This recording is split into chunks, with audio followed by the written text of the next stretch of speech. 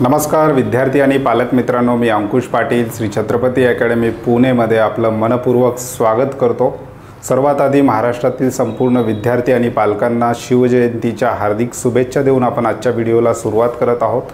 कालच्या व्हिडिओमध्ये आपण पाहिलेलं आहे महाराष्ट्रामध्ये विभागवार कॉलेज आपण MBBSचे पाहत होतो।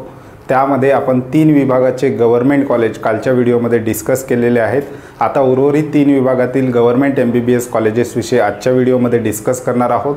कोणकोणते कॉलेज आहेत विभागवार महाराष्ट्रामध्ये, त्यांचा मागच्या वर्षीचा कट ऑफ काय होता पहिल्या राऊंडचा, त्याचबरोबर कॉलेजचं कॅटेगरी वाईज फी स्ट्रक्चर काय आहे, याविषयी डिटेल डिस्कशन आपण आजच्या व्हिडिओमध्ये घेणार आहोत। आजच्या व्हिडिओचा विषय आहे division wise MBBS college in Maharashtra, याला आपण पार्ट 2 म्हणू शकतो। मागचा व्हिडिओ जर विद्यार्थी आणि पालकांनी पाहिला नसेल तर डिस्क्रिप्शन बॉक्समध्ये किंवा आमच्या YouTube चॅनलवर तो व्हिडिओ उपलब्ध आहे। विद्यार्थी आणि पालकांनी तो पाहावा। त्याचबरोबर जे विद्यार्थी आणि पालक आमच्या चॅनलवर नवीन असतील त्यांनी अशाच माहितीपूर्ण व्हिडिओसाठी आजच आमच्या चॅनलला सबस्क्राइब करा।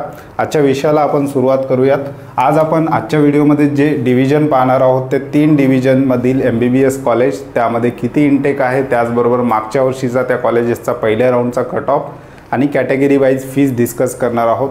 विद्यार्थी मित्रांनो, आजच्या व्हिडिओमध्ये डिस्कस करणारे आपण 3 रिजन आहेत, संभाजीनगर डिव्हिजन, नागपूर डिव्हिजन आणि अमरावती डिव्हिजन। नागपूर आणि अमरावती यांना एकत्रित आपण विदर्भ असं म्हणतो आणि संभाजीनगर डिव्हिजनला मराठवाडा असं म्हणतो। अर्थात आपण आज मराठवाड्यातील गव्हर्नमेंट MBBS कॉलेज त्याचबरोबर विदर्भातील गव्हर्नमेंट MBBS कॉलेजविषयी डिटेल इन्फॉर्मेशन आजच्या व्हिडिओमध्ये घेणार आहोत। विद्यार्थी मित्रांनो, 3 डिव्हिजन आता आपण पाहणार आहोत, संभाजीनगर, अमरावती आणि नागपूर। तर हे दोन्ही एकत्र याला आपण विदर्भ असं म्हणतो। विदर्भामध्ये महाराष्ट्रातील बहुतांश MBBS कॉलेज आहेत गव्हर्नमेंटचे, त्याचबरोबर प्रायव्हेट कॉलेजेससुद्धा आहेत। आजच्या व्हिडिओमध्ये आपण गव्हर्नमेंट कॉलेजेसविषयी डिटेल डिस्कशन घेणार आहोत। त्याच्यानंतर संभाजीनगर डिव्हिजन आहे, याला आपण मराठवाडा म्हणतो। याच्यामध्ये मराठवाड्यातील जेवढे जिल्हे आहेत त्यामध्ये उपलब्ध असलेले गव्हर्नमेंट MBBS कॉलेज, त्याचे इंटेक आता आपण पाहणार आहोत। तर संभाजीनगरपासून सुरुवात करूयात। संभाजीनगरमध्ये जे गव्हर्नमेंट कॉलेजेस आहेत ते आपल्याला CET सेल इन्फॉर्मेशन ब्रोशर 2023 नुसार 6 गव्हर्नमेंट MBBS कॉलेज असलेले आपल्याला त्या ठिकाणी पाहायला मिळतात।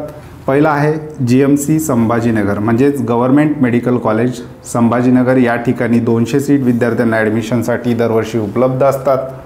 त्याचबरोबर दुसरं महत्त्वाचं कॉलेज आहे GMC नांदेड, म्हणजे doctor Shankarrao Chavan government medical college Nanded. या ठिकाणी 150 सीट विद्यार्थ्याला ॲडमिशनसाठी उपलब्ध असतात। त्याच्यानंतर तिसरं महत्त्वाचं कॉलेज आहे Swami Ramanand Tirth rural government medical college Beed. या ठिकाणी असलेले हे कॉलेज आहे 150 सीटचं। त्याच्यानंतर पुढचं कॉलेज आहे गव्हर्नमेंट मेडिकल कॉलेज लातूर, म्हणजेच Vilasrao Deshmukh government medical college Latur. या ठिकाणी दरवर्षी 150 सीट ॲडमिशनसाठी उपलब्ध असतात। त्यानंतर पुढचं कॉलेज आहे गव्हर्नमेंट मेडिकल कॉलेज परभणी। या ठिकाणी 100 सीट विद्यार्थ्यांना ॲडमिशनसाठी उपलब्ध आहेत। त्याच्यानंतर गव्हर्नमेंट मेडिकल कॉलेज उस्मानाबाद, याही ठिकाणी 100 सीट असलेले आपल्याला पाहायला मिळतात।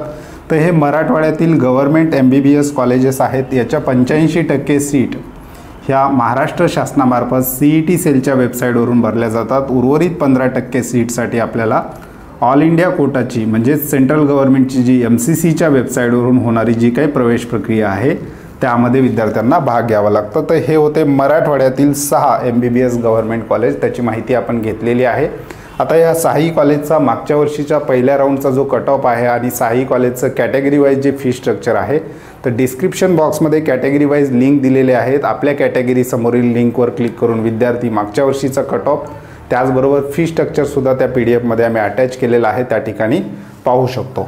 आता पुढचं महत्त्वाचं डिव्हिजन आहे अमरावती डिव्हिजन। अमरावती डिव्हिजनमध्ये आपल्याला 2 कॉलेजेस प्रामुख्याने असलेले पाहायला मिळतात गव्हर्नमेंट MBBS कॉलेज।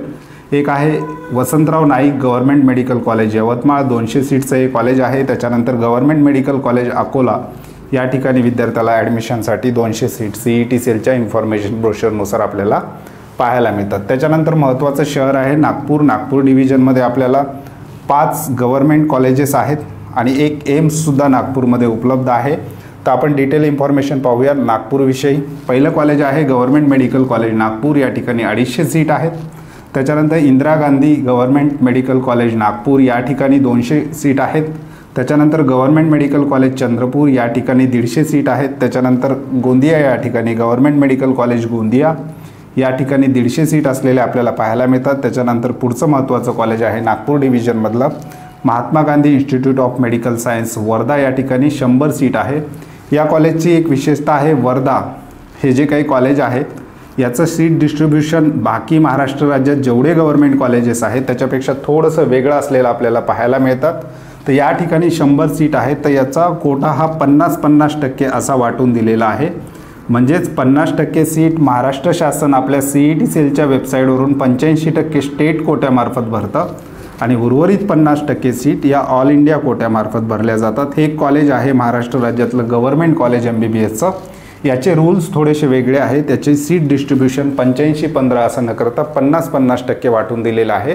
म्हणजेच महाराष्ट्र शासनासाठी 50% सीट, त्याचबरोबर सेंट्रल गव्हर्नमेंटसाठी 50% सीट, असं सीट डिस्ट्रीब्युशन थोडंसं वेगळं आपल्याला MGIMS वर्धा या कॉलेजविषयी पाहायला मिळतं। त्याच्यानंतर नागपूर डिव्हिजनमध्ये एम्स कॉलेजसुद्धा आहेत। एम्स कॉलेज ज्या सीट आहेत, एम्स नागपूरच्या ज्या काही सीट आहेत ह्या महाराष्ट्र शासनामार्फत भरल्या जात नाहीत, त्या सेंट्रल गव्हर्नमेंटमार्फत भरल्या जातात। सेंट्रल गव्हर्नमेंट संपूर्ण देशभरातील जेवढे एम्स कॉलेज आहेत त्यांच्या सीट सेंट्रल गव्हर्नमेंटमार्फत भरल्या जातात।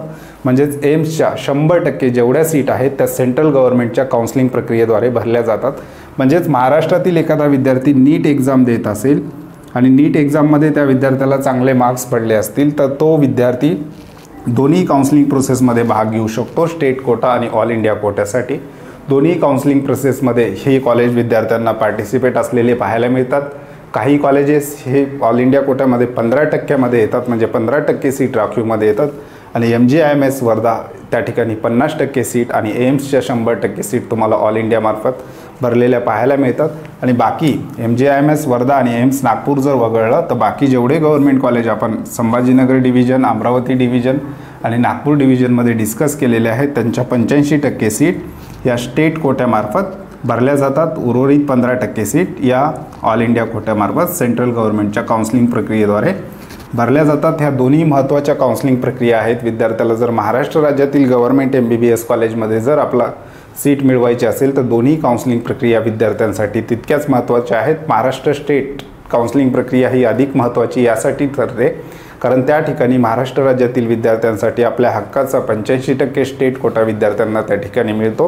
हे संपूर्ण कॉलेज आपण आजच्या व्हिडिओमध्ये जे डिस्कस केलेले आहेत याचे मागच्या वर्षीचे पहिल्या राऊंडचे जे काही कट ऑफ आहेत त्याचबरोबर 2022चा कट ऑफसुद्धा आम्ही त्याच्यामध्ये ॲड केलेला आहे।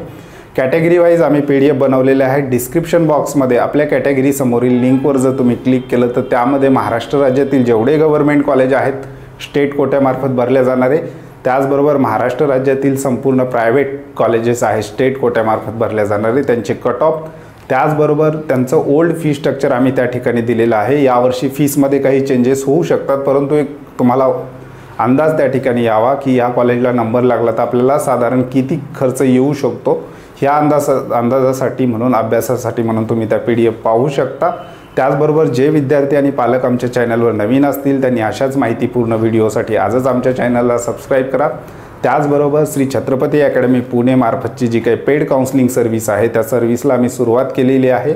ऑनलाईन किंवा ऑफलाईन सर्व्हिस घेण्याबद्दल विचारणा करण्यासाठी डिस्क्रिप्शन बॉक्समध्ये आमचे नंबर दिले गेलेले आहेत, त्यावर तुम्ही कॉल करून आमच्या पेड काउन्सिलिंग सर्व्हिसविषयी सुद्धा अधिक माहिती घेऊ शकता। त्याचबरोबर आमचा फ्री व्हॉट्सअप ग्रुपसुद्धा आहे, त्याची लिंकसुद्धा डिस्क्रिप्शन बॉक्समध्ये दिलेली आहे। त्या लिंकवर क्लिक करून तुम्ही आमच्या व्हॉट्सअप ग्रुपला जॉईन होऊन त्या ठिकाणी अपडेट्स मिळू शकता किंवा श्री छत्रपती अकॅडमी पुणेचं ऑनलाईन ॲप्लिकेशनसुद्धा आहे, त्या लिंकवर क्लिक करून तुम्ही आमचं ऑनलाईन ॲप्लिकेशनसुद्धा त्या ठिकाणी डाउनलोड करू शकता। पुन्हा एकदा संपूर्ण महाराष्ट्रातील विद्यार्थी आणि पालकांना शिवजयंतीच्या मनपूर्वक शुभेच्छा देतो आणि आजच्या व्हिडिओमध्ये इथेच थांबतो। धन्यवाद।